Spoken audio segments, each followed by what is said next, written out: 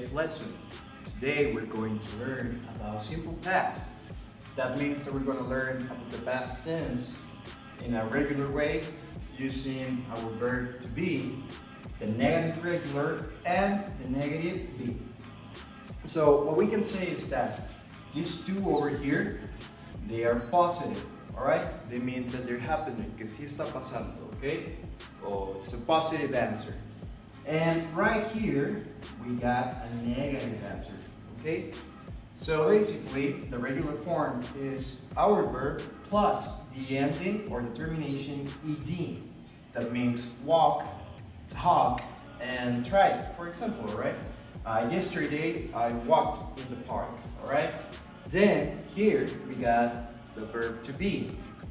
We're gonna use it depending on the pronouns, right? So we got for was, we're gonna use it for I, he, she, and it, alright? And where, we're gonna be using it for you, we, and they. Got it right here. For example, in the case hungry, hambriento, we say I was hungry. Yo estaba hambriento. And this one we're going to use it for the plural, alright? We were hungry. Nosotros estábamos hambrientos. So that's positive, okay? Now when we go to negative, it's the same. We go, but we're going to add did not plus the verb. And something very important, que no se les olvide, we do not use ed. Aquí, el ed no se usa. We will be using, estaríamos utilizando el pasado dos veces. So we gotta use did not or the abbreviation didn't. So it will be yesterday I didn't walk. See, we don't have the ed here. It's just the base verb, la forma original del verbo. Didn't walk, didn't talk, didn't try. Okay? See the difference right here in the terminations? Just with that. And finally, we got the negative form of the verb to be. That means that we're going to use be plus not. In this case, we're going to keep using was for I, he, she, it. And we're going to be using where for the plural ones that you already know. That is going to be you, we, and they. Okay? So in this case, instead of saying I was hungry, we will say I was not hungry. Or we use the abbreviation wasn't. I wasn't hungry. In the plural form is we were not hungry or we were hungry. So that's basically the form of it. Okay? Now we're going to learn a little bit about imperative sentences. Alright? These ones are really easy. You already know them in Spanish. Oraciones imperativas. We use them to give commands. Alright? For commands, or use for orders, requests, etc. Okay, so how do we make imperative sentences? Really easy. We're going to be using our base verb just as it is. We do not add ing, we do not add ed. No, it's just the verb like that, okay?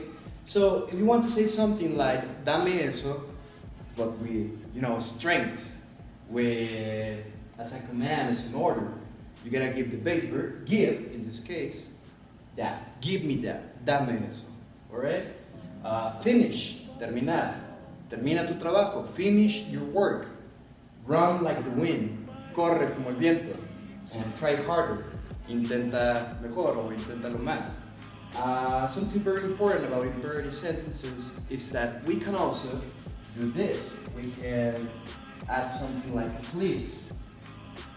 So we are giving a command, or we're giving an order, or we're giving a request, but we're doing it politely, educadamente, alright? We're gonna talk about some items or machines that we can find in an office.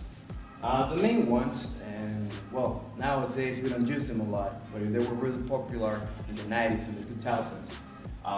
Because everything nowadays we can do it in our phones, right? So back in those years, we had a fax machine, we had telephone, computer, shredder, printer, and copier, right? So each of these items has a special use for them. And I think it's pretty obvious how do we use them. But here are some sentences we can use to include these items or machines as well as give commands as imperative sentences using these ones, alright? So right here are some sentences that are imperative, right? They are commands, they are orders, or requests. And then we just mix it up with some words that relate them to the office machines we were talking about. In the case of a shredder, we can say, put these papers in the shredder. Pon estos papeles en el shredder, que es el que desgarra los documentos, no me acuerdo el nombre preciso en este momento. And then we got fax. Fax is document to accounting. We don't use fax anymore, but back in the day we used them. Print that contract so we can sign it. Imprime ese documento para que podamos firmarlo. And call David, he works in human resources. Llama a David, él trabaja en recursos humanos. So these are some examples so you can work on your own sentences. Here's an example of how we can write a text in a past tense using what we have learned, right? So let's start on it. I was late for work on Monday. My car didn't work. So we can use car as if we're talking of it, right? So I use Uber. When I entered the office, everyone was in a meeting. Todos estaban en una junta. In this case, we use everyone because everyone signifies like one, so the correct thing will be to use was. Everyone was. They looked at me. Ellos me vieron a mí. They were angry. I didn't hide. See how they we use here, in this case for where, it's a plural. I didn't hide my shame and said I was sorry.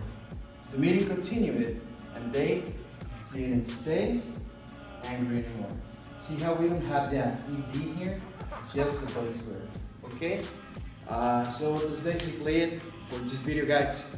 I hope you learned a lot, and if you got any doubts or any questions, be sure to let me know in the comment section below, or you can send me an email to this email address right here, and I'll see you in the next one. Take care, and thank you so much for your attention.